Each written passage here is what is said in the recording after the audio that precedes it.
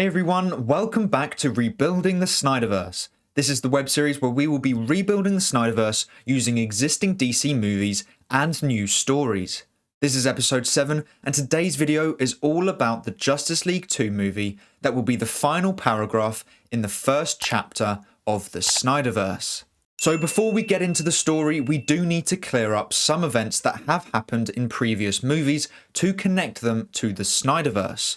The first being in the first Shazam movie, we see Superman wearing the blue and red suit.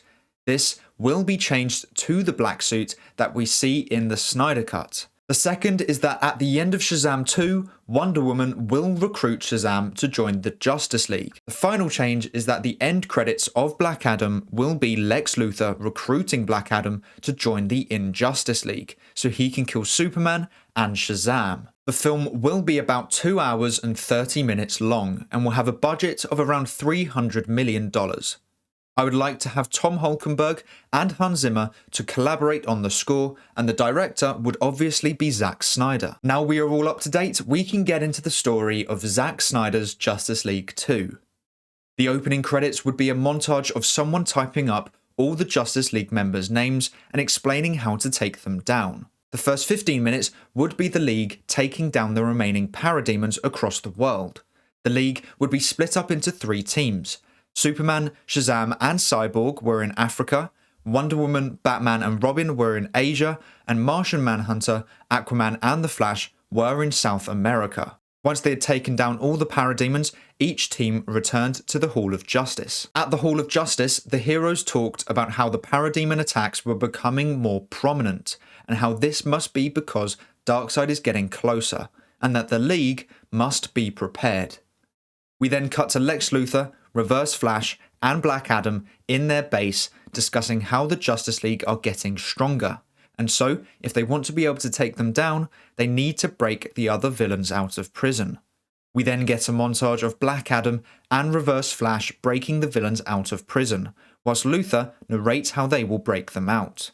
Black Adam breaks out Orm and Black Manta in Atlantis, and Reverse Flash breaks out Deadshot, Captain Cold and Deathstroke. Black Adam then cuts in recommending that the villains should outnumber the heroes. We then hear an iconic laugh as Joker steps out of the shadows and says that he has it all under control.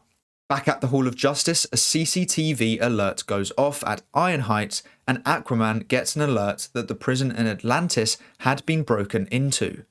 2 teams dispatch, Superman, Martian Manhunter and Aquaman go to Atlantis, and Batman, Cyborg and Flash go to Iron Heights. We see the destruction caused at both prisons, and when analysing the CCTV footage, the League sees a red blur causing large amounts of damage at Iron Heights, and Black Adam breaking into the Atlantean prison. Batman says that these villains were broken out on purpose, and that someone is behind this. Shazam and Flash say that the Reverse Flash and Black Adam in the past have never worked in a team, so someone must have persuaded them to work together. Superman says that it must be Luthor, and Martian Manhunter agrees. Superman, Flash and Shazam decide they need to go back to their families to protect their loved ones from the villains who have escaped, and Aquaman says he needs to protect his kingdom. The others disagree and say that they need to stick together to take down the villains. This causes a small argument to occur between the Justice League. Half of the League wants to leave to see their families, whilst the others stay at the Hall of Justice. Luthor's plan is working. All because of him breaking out the villains, he has begun dividing the League. We then cut to Clark, Lois and Martha at Kent Farm. Lois is about 5 months pregnant at this point, and Martha is helping her around the house. They talk about the League, and Lois and Martha think Clark should be with them, but Clark argues that he can't risk losing them and his unborn child. Martha says that his fear of losing them should not be in the way of saving millions of others. He agrees and explains that Bruce has fitted Kent Farm with Wayne Enterprise armor, so they are safe from attack, and if they are attacked, then they should press a button and he will be alerted. We then cut to Aquaman, who has problems with Atlantis. The kingdoms are questioning Arthur being king because of the break-in. They question whether he can be both king whilst being a Justice League member. He argues his case, but the kingdoms are not convinced. We then move back to the rest of the League at the Hall of Justice. where we can clearly see that Bruce and Diana's relationship has developed. They're talking about how difficult the League is to manage whilst watching Cyborg, Martian Manhunter and Robin doing fight exercises against machines. Diana says that the whole League need to be together, and Bruce explains how he understands why the members went home to their loved ones. The members who are at the Hall of Justice move into the main room, where they watch different media outlets criticise the League for causing high amounts of damage when taking down the parademons and how they allowed the villains to break out of prison. Robin complains about how the media doesn't understand a thing, and how they were the ones saving lives from the parademons, and how they were the ones who managed to put those criminals behind bars in the first place. But the media doesn't focus on that. Then an alert flashes up on the screen. The Injustice League, other than Joker and Luthor, are causing destruction in Central City. Batman presses a button and the rest of the League are alerted. Other than Batman, the League head to Central City. Bruce, feeling like something isn't right, leaps up into the shadows above and makes his way through the Hall of Justice. He notices two shadows below, making their way through the building. He stalks them in classic Batman fashion, and he sees them walking towards his computer. He then leaps down to confront them. We then cut to the League fighting the rest of the Injustice League. The heroes are beating the villains, and Captain Cold asks how much more of this do they have to take, and Reverse Flash says that until Luthor gets what he wants. We then move to Luthor in front of the Kryptonian ship in Metropolis. We see him use the same General Zod fingerprints as he did in Batman v Superman. The doors open and we hear Luthor's theme. We then move back to the Hall of Justice where Joker turns around, the other figure still facing the computer, and plugs in a Lex Corp memory stick. Batman questions what they are doing here, and Joker is stalling as the memory stick downloads a file. Joker introduces Batman to his friend, as a woman turns around with similar Joker makeup. Bruce, in shock, realises that the woman is Selina Kyle, who went missing 20 years ago. Bruce tries to talk to her, but clearly she isn't herself. She just laughs like the Joker. Bruce, enraged, asks Joker what he has done to her, and Joker says he gave her some perspective, saying how it took him a long time to perfect her. The memory stick hit 100% and Joker pressed a button, causing an explosion to happen behind Bruce. Batman was sent flying back and collided with a wall. Luthor, in Kryptonian armor, steps in and picks up Joker and Catwoman and leaves. The League arrives soon after their escape and helps Bruce up. Superman explains that the villains managed to escape by causing a building to collapse, so the League had to focus on saving the civilians. Bruce, still in shock, limps over to his computer, and Barry asks Bruce what happened.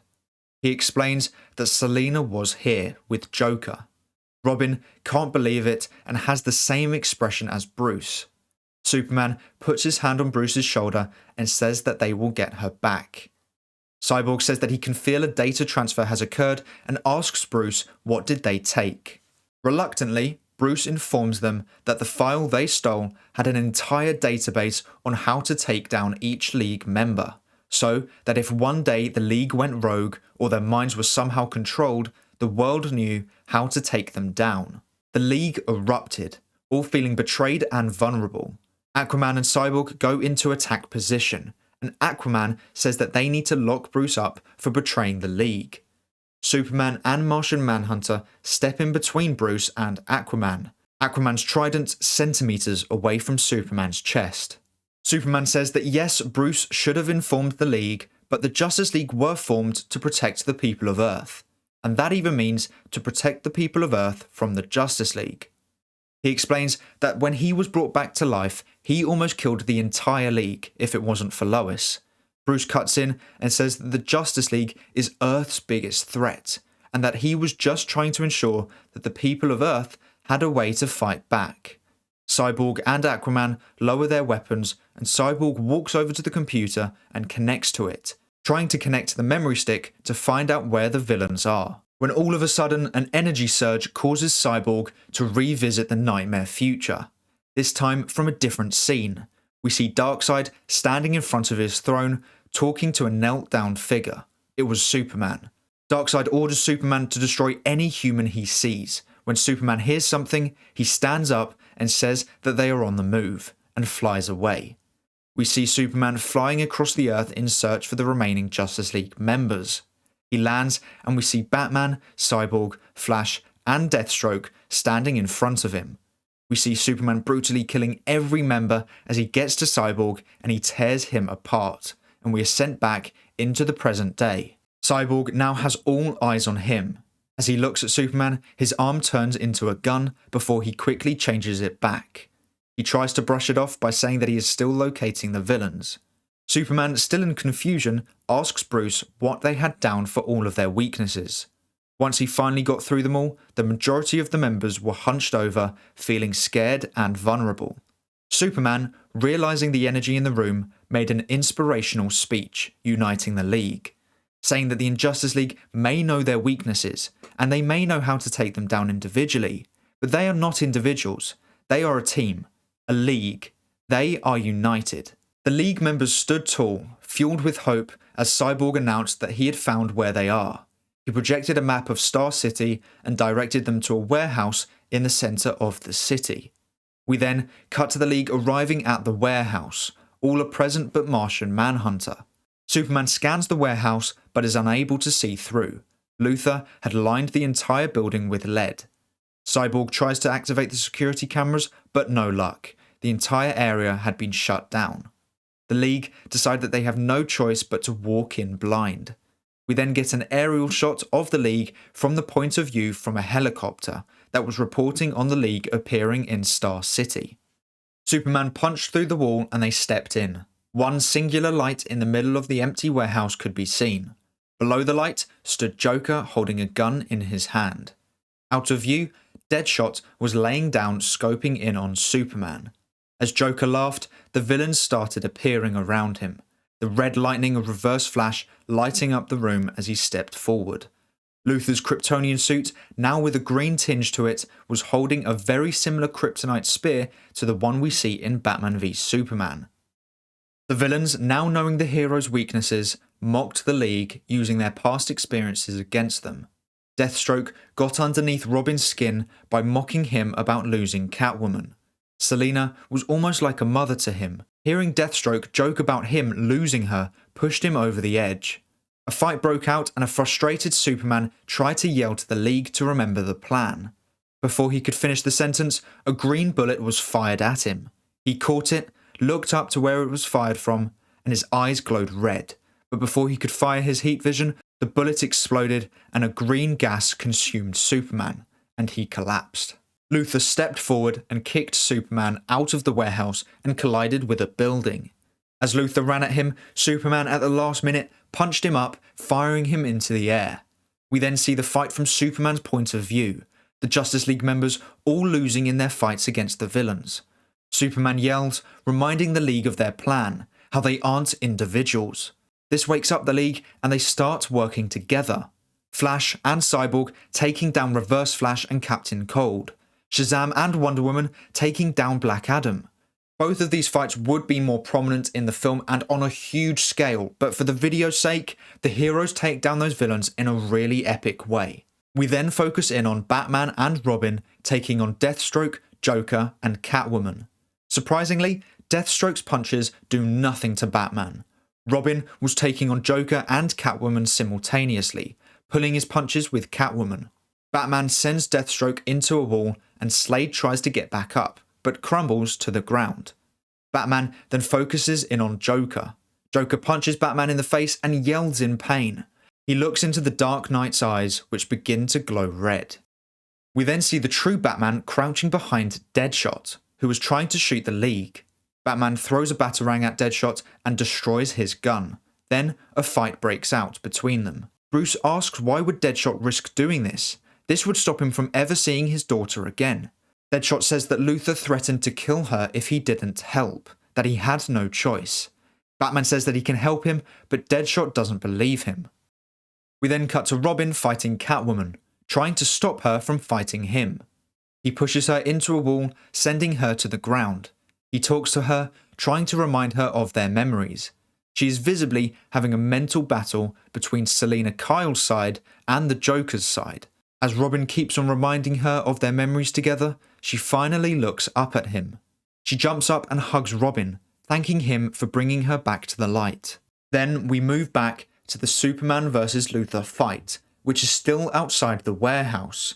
Due to Superman still being affected by the kryptonite, the fight is even. Luthor throws Superman through a wall back into the warehouse. Luthor then jumps into the warehouse and pins Superman to the ground, and puts a kryptonite spear to his throat. A scene mirroring Batman v Superman.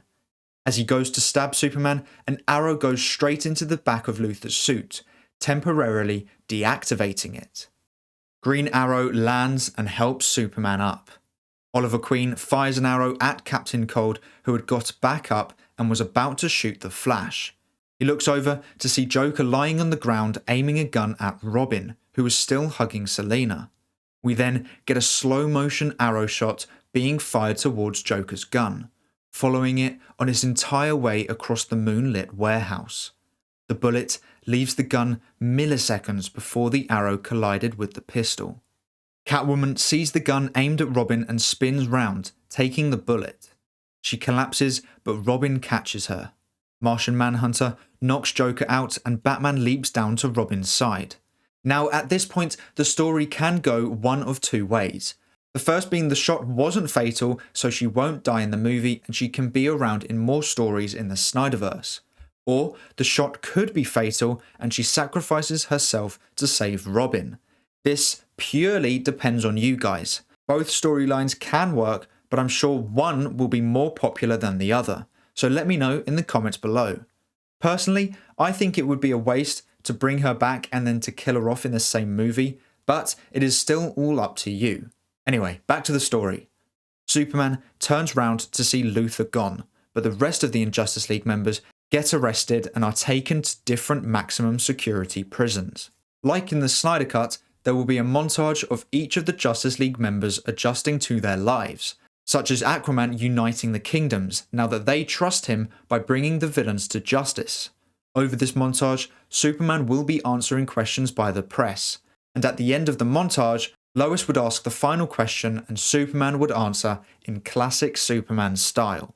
And that would be the end of the film. There would be two end credit scenes. The first would be Leslie Grace walking out of a store at night in Gotham, when she looks up and she sees the bat symbol in the sky. This would obviously be hinting at the Batgirl film.